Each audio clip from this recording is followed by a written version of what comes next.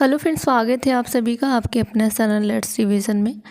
आज की इस क्लास में महत्वपूर्ण प्रश्नों को यहाँ पे हम करवाने वाले हैं। तो आप सब अच्छे से जानते हैं आपके ईवीएस के अंदर पेपर 1 में जो है 30 प्रश्न आते हैं। 15 प्रश्न आपकी कॉन्सेप्ट से आते हैं और पेडागोजी से 15 प्रश्न आते हैं। तो ध्यान रखिएगा, आपके जो पेडागोजी के क्वेश्चन होते हैं बहुत ही आसान होते हैं। बस आपने एक बार सिलेबस को अगर अच्छे से पढ़ा है तो आसानी से उन सब प्रश्नों को कर पाएंगे। तो यहाँ पे हम मोस्ट रिपीटेड जो प्रश्न है वही करवाने वाले हैं। तो यहाँ पे पहला प्रश्न ये कह रहा है कि पर्यावरण अध्ययन की पाठ्य पुस्तक में रेलवे टिकट का एक नमूना दिखाना यह क्या दर्शाता है? निष्कर्ष पर पहुँचने की, बच्चों की कुशलता का विकास करना, या फिर बच्चों को वास्तविक जानकारी से अंतःक्रिया करने का अवसर देता है, या साथ ही उसमें जो है अवलोकन की कुशलता का विकास करता है, या फिर बच्चों को रेल के किराए के बारे में जानकारी देता है, या फिर टिकट में प्रयुक्त जो विभिन्न संक्षिप्त अक्षर होते हैं उसका ज्ञान कराता है। आप मोस्टली जानते हो इस प्रश्न को कि आपके सिलेबस के अंदर रेलवे टिकट के बारे में थोड़ी सी जानकारी दी गई है। तो उस चीज़ को अगर आप पढ़ लेंगे आसानी से प्रश्न कर पाएंगे। तो यहाँ पे विभिन्न संक्षिप्त अक्षर जो होते हैं उसकी जानकारी देना नहीं, ना तो रेल के किराए के बारे में, बल्कि बच्चे की जो वास्तविक जानकारी है, बच्चों को वास्तविक जानकारी से अंतःक्रिया कराने का अवसर देता है। साथ ही साथ जो है अवलोकन की कुशलता का विकास करता है। सबसे बेस्ट ऑप्शन आपका दूसरा है, तो दूसरा ही यहाँ से आपका सही हो जाएगा। तो में से कौन सा प्राथमिक स्तर पर पर्यावरण अध्ययन पढ़ाने का उद्देश्य नहीं है? ध्यान से प्रश्न को पढ़िएगा।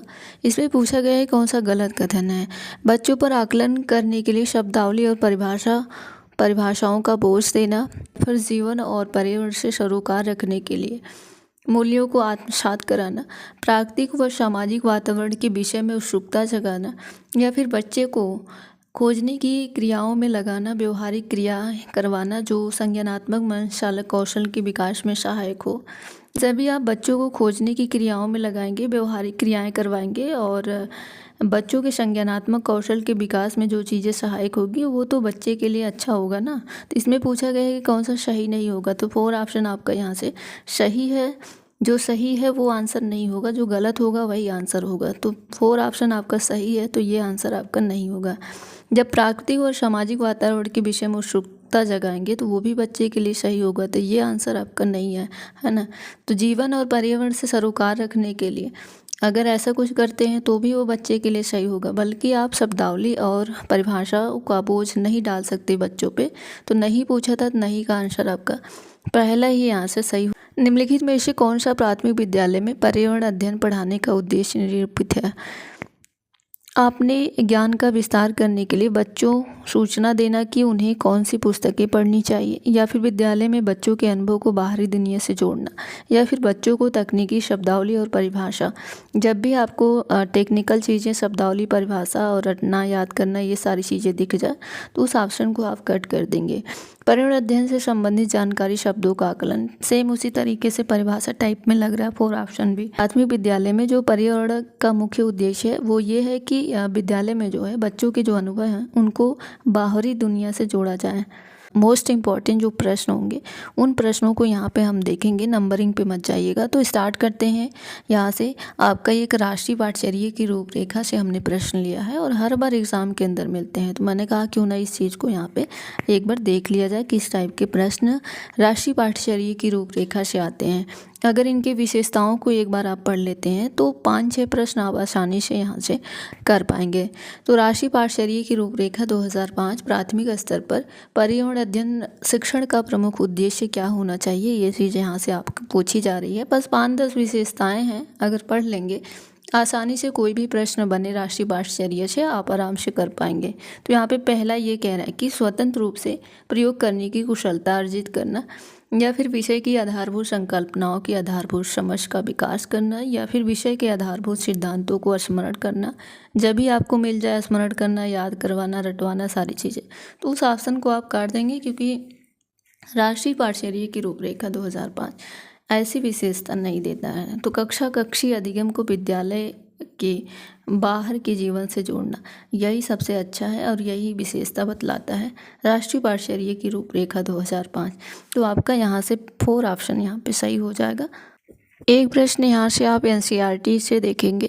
इस प्रश्न में आपसे पूछा गया है कि एनसीईआरटी की पाठ्य पुस्तकों में जो पर्यावरण अध्ययन को उच्च प्राथमिकता और स्थान दिया गया है ईबीएस को, इसके बारे में आपको यहाँ पे बताना है। तो ऑप्शन ए कह रहे हैं कि अधिक संख्या में अभ्यास प्रश्नों को शामिल करने के लिए और विषय की आधारभूत संकल्पनाओं की व्याख्या करने के लिए। जब भी आपको व्याख्या मिल जाए और अधिक संख्या में अभ्यास मिल जाए, उस ऑप्शन को आप काट देंगे। चिंतन और विस्मय के लिए शिक्षार्थियों को अवसर उपलब्ध कराना यहाँ पे दिया है और कह रहा है कि 4 ऑप्शन में तकनीकी शब्दावली की सटीक परिभाषा।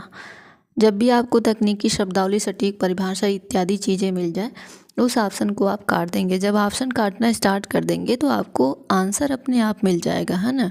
तो इसमें कह रहे हैं कि एनसीईआरटी की पाठ्यपुस्तक में जो ईबीएस को उच्च प्राथमिकता और स्थान दिया गया है, इसका मतलब ये है कि चिंतन और विस्मय के लिए विद्यार्थियों को अवसर उपलब्ध कराना, तो यही सबसे बेस्ट आंसर है। तो यही आपका आंसर हो जाएगा। पर्यावरण अध्ययन की पाठ्यपुस्तक में विभिन्न जो प्रकरण है, एक खंड करके देखो। महत्वपूर्ण प्रश्न है, इसको स्टार लगाइएगा। तो ये प्रश्न ये कह रहा है कि पर्यावरण अध्ययन की पाठ्यपुस्तक में विभिन्न प्रकरणों में से एक खंड करके देखो को शामिल किया गया है। इसका उद्देश्य क्या है, ये चीज़ यहाँ से पूछी जा रही है। घर में विद्यार्थियों को व्यस्त रखने के लिए नहीं, ऐसा कुछ भी नहीं। प्रत्यक्ष हस्तपरक अनुभव उपलब्ध कराना, ये आपको पॉजिटिव लग रहा है। परीक्षा में निष्पादन को सुधारना, ऐसा कुछ नहीं है। वैज्ञानिक शब्दावली, परिभाषा इत्यादि चीज़ें जो मिल जाए उसको देखते ही आप कट कर दीजिएगा। तो यहाँ से आपका सेकंड आंसर सही हो जाता है। प्रत्यक्ष हस्तपरक अनुभव जो है वो ज़्यादा अच्छा होता है। यहाँ पे करके देखो, जब भी बच्चा अपना जो है करके चीज़ों को करता है तो उनका जो अनुभव होता है वो बहुत ज़्यादा अच्छा होता है। इस चीज़ को ध्यान रखिएगा। जब भी आप भी कोई चीज़ करते हैं, करके सीखते हैं, तो वो ज़्यादा अच्छा होता है आपके लिए, वो ज़्यादा टाइम तक चीज़ें रहती हैं। में प्रश्न लंबे भले होंगे ना, लेकिन उसका जो आंसर होता है बहुत ही सटीक और बहुत ही सरल होता है। तो पूरे प्रश्न को ध्यान से पढ़िएगा। कक्षा 5 की एनसीईआरटी की पर्यावरण अध्ययन की पाठ्यपुस्तक में प्रत्येक पाठ के अंत में एक खंड को शामिल किया गया है।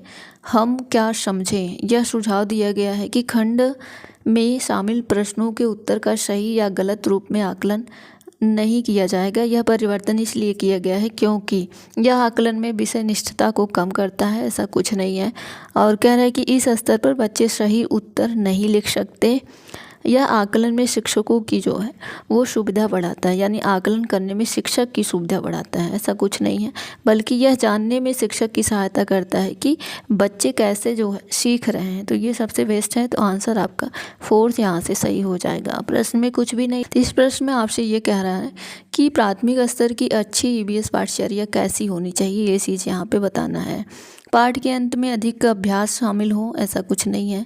कह रहे कि अपने आसपास को खोजने के अवसर उपलब्ध कराना, पॉजिटिव लग रहा है।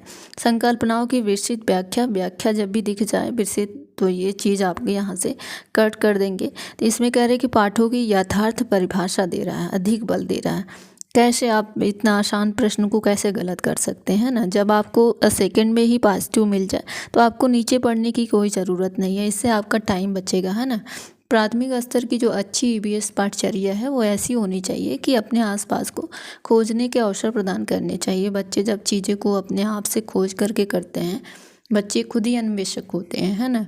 तो वो यहाँ से आंसर इसका सेकंड ही सही हो जाएगा। कह रहा है कि प्राथमिक स्तर पर ईबीएस की पढ़ाई का जो मुख्य उद्देश्य है, प्रमुख उद्देश्य आपसे पूछा जा रहा है, विषय की जो मूल संकल्पना है उसका समझ विकसित करना, या फिर अगले स्तर पर अध्ययन के लिए विद्यार्थी को तैयार करना, या फिर कक्षा की पढ़ाई को शिक्षार्थी के विद्यालय से बाहर के जीवन से कक्षा की पढ़ाई को शिक्षार्थी के विद्यालय से बाहर के जीवन से संबंधित करने में सहायता करता है, या फिर स्वतंत्र रूप से हस्त सिद्ध क्रियाकलापों को करने का कौशल अर्जित करता है। प्राथमिक स्तर पर पूछा जा रहा है आपको ईबीएस पढ़ाने का प्रमुख उद्देश्य क्या है। संकल्पनाओं का समझ विकसित करना नहीं, ना ही आपको अगली क्लास के लिए तैयार करना, बल्कि कक्षा की पढ़ाई को शिक्षार्थी के विद्यालय से बाहर के जीवन से जोड़ना। तो आपका तीसरा ही आंसर यहाँ से ठीक हो जाए। एक छोटा सा क्वेश्चन है, एग्जाम के अंदर एक आध बार देखने को मिल जाती है। तो ईवीएस का संक्षेपण जो है उसका अर्थ आपसे पूछा जा रहा है। इन्वायरमेंटल स्किल होता है या इन्वायरमेंटल साइंस होता है या फिर इन्वायरमेंटल सोर्सेज होता है या फिर इन्वायरमेंटल स्टडी होता है। ईवीएस का जो फुल फॉर्म होता है वो आपका इन्वायरमेंटल स्टडी होता है, इस चीज़ को ध्यान रखिएगा। तो फोर्थ ऑप्शन यहाँ से सही हो जाता है। इसका फुल फॉर्म जो है वो आपका जो है इन्वायरमेंटल स्टडी है। इसको पर्यावरण अध्ययन बोलते हैं, शॉर्ट में इसको ईवीएस बोल देते हैं। पीएफ से लिया है, महत्वपूर्ण प्रश्न है, इस प्रश्न को करिएगा। राष्ट्रीय पाठ्यचर्या रूपरेखा यानी एनसीईआरटी 2005 ने कक्षा 1 और 2 के लिए पर्यावरण अध्ययन यानी ईवीएस के किसी पाठ्यक्रम का या फिर पाठ्य पुस्तकों की संस्तुति नहीं की है। इसके लिए सबसे उपयुक्त कारण क्या हो सकता है? पाठ्यक्रम का भार कम करने के लिए नहीं। पर्यावरण अध्ययन केवल कक्षा 2 से आगे की कक्षाओं के लिए है। कक्षा 1 और 2 के शिक्षार्थी पढ़ना नहीं जानते, ऐसा कुछ नहीं है कि कक्षा 1 और 2 के जो शिक्षार्थी होते हैं वो पढ़ना ही नहीं जानते, बल्कि राष्ट्रीय पाठ्यचर्या के एनसीईआरटी 2005 ने कक्षा 1 और 2 के लिए पर्यावरण अध्ययन के किसी पाठ्य या पाठ्यपुस्तकों की संस्तुति नहीं करता। इसका मतलब ये है संदर्भ युक्त अधिगम परिवेश प्रदान करना। तो आपका फोर्थ ऑप्शन यहाँ से सही हो जाता है, आसान था। प्राथमिक कक्षाओं में पर्यावरण अध्ययन के लिए निम्नलिखित सभी उपागमों का अनुपालन किया जाना, एक को छोड़ करके। इस प्रश्न में आपसे पूछा जा रहा है कि प्राथमिक कक्षाओं में पर्यावरण अध्ययन के लिए सभी सामान्य उपागम जो है उसका अनुपालन किया जाना है, केवल इसे छोड़ करके। इसका मतलब आप समझ रहे हो, इसका मतलब ये कह रहा है कि इन सब में एक को छोड़ करके। मूर्त से अमूर्त बता सकते हो, सरल से कठिन बता सकते हो। यहाँ पे स्थानीय से वैश्विक ठीक है, बट अमूर्त से मूर्त नहीं ठीक है। तो इसमें आपसे कोटेशन दिए गए हैं, आपसे पूछा जा रहा है कि इसका आंसर आपका क्या होगा। मूर्त मतलब जो चीज़ें आप कल्पना कर सकते हैं। पहले बच्चों को मूर्त चीज़ें बताएंगे, दिखाएंगे, एंड देन फिर आप अमूर्त की तरफ जाएंगे। तो इस प्रश्न का आंसर आपका डी ठीक हो जाता है, क्योंकि आपसे पूछा गया है कि एक को छोड़ के कौन सा नहीं होगा। इसको छोड़ के बाकी तीनों ऑप्शन आपके सही है। अगर इन प्रश्नों को भी करते जाते हैं, थियरी नहीं भी पढ़ेंगे, तो भी आसानी से आपका एग्ज़ाम जो है 27-28 नंबर आ सकते हैं। कंटिन्यू बस बने रहिएगा। चैनल पर नए हैं, चैनल को सब्सक्राइब करना ना भूलिएगा। इस प्रश्न में आपसे पूछा जा रहा है कि पर्यावरण अध्ययन की पाठ्यपुस्तक में जो प्रयुक्त भाषाएं हैं वो किस लिए हैं। परिभाषाओं पर बल देती हुए औपचारिक बनानी जानी चाहिए, नहीं तकनीकी और औपचारिक होनी चाहिए। हमने कहा जब भी आपको तकनीकी परिभाषा ये सब चीज़ें मिलेंगी तो उनको आप काट देंगे।